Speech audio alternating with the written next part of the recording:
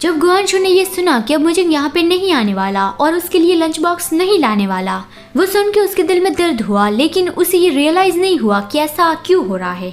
फिर अगले सीन में निंगी अपने ऑफिस में था, अपना सर पकड़ के परेशान हो रहा था कि सुमो आखिर तुम हो कहाँ पे।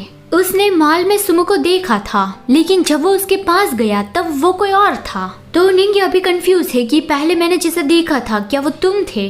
थोड़ी देर बाद उसकी सेक्रेटरी उसके लिए एक फ्लावर बुकेट ले आई कि प्रेसिडेंट निंगी ये फ्लावर्स आपके लिए हुआ ने भेजे हैं। उसके साथ एक नोट भी था कि मेरे डैडी बहुत ही अच्छा बुकेट बनाते हैं, ये फ्लावर्स हुआ की ओर से हुआ के लिए है, थैंक यू।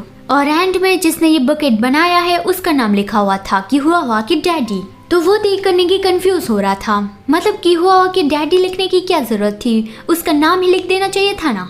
यहाँ पे दूसरी ओर हुआ कुछ पेंटिंग कर रहा था और सुमो के पूछने पे उसने बताया कि मैं मिस्टर हुआ की पेंटिंग बना रहा हूँ। उसने मुझे एक वेडिंग पे पेज बॉय बनने बुलाया है, मतलब कि एक छोटा लड़का जो ब्राइड को चर्च के स्टेज पे ले जाता है वो।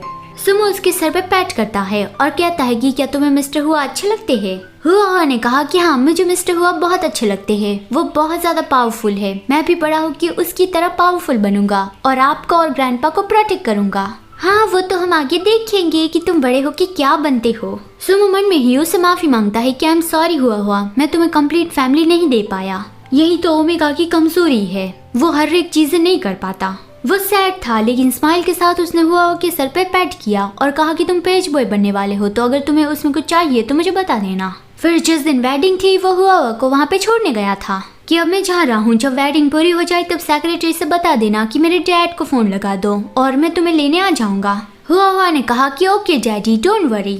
सुमो ने उसकी टाई ठीक कर दी और वो फ्लावर बुकेट देके जाने वाला था, लेकिन तभी वहाँ पे उसने निंगी को देखा जिसे सभी लोग कॉन्ग्रेचुलेशन कह रहे थे। तो वो देखकर सुमो एकदम ही शॉक्ड रह गया कि उसकी शादी है, मतलब कि ये सच है। उसने पिछले 3 सालों में मेरी जरा से भी केयर नहीं की और वैसे भी वो तो शुरुआत से ही मेरी केयर नहीं करता था।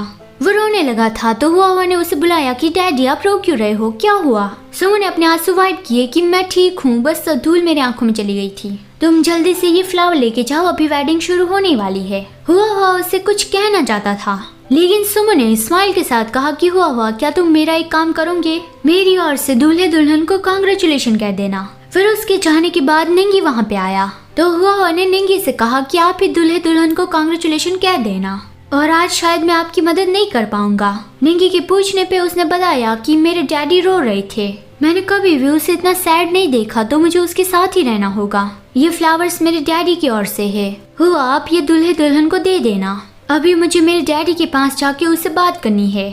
उस फ्लावर के साथ एक नोट भी था, उसमें कांग्रेचुलेशन और वेल विशेस लिखी हुई थी और एंड में एक इमोजी बना हुआ था। ये वही इमोजी था जो अक्सर सुमो बनाता था।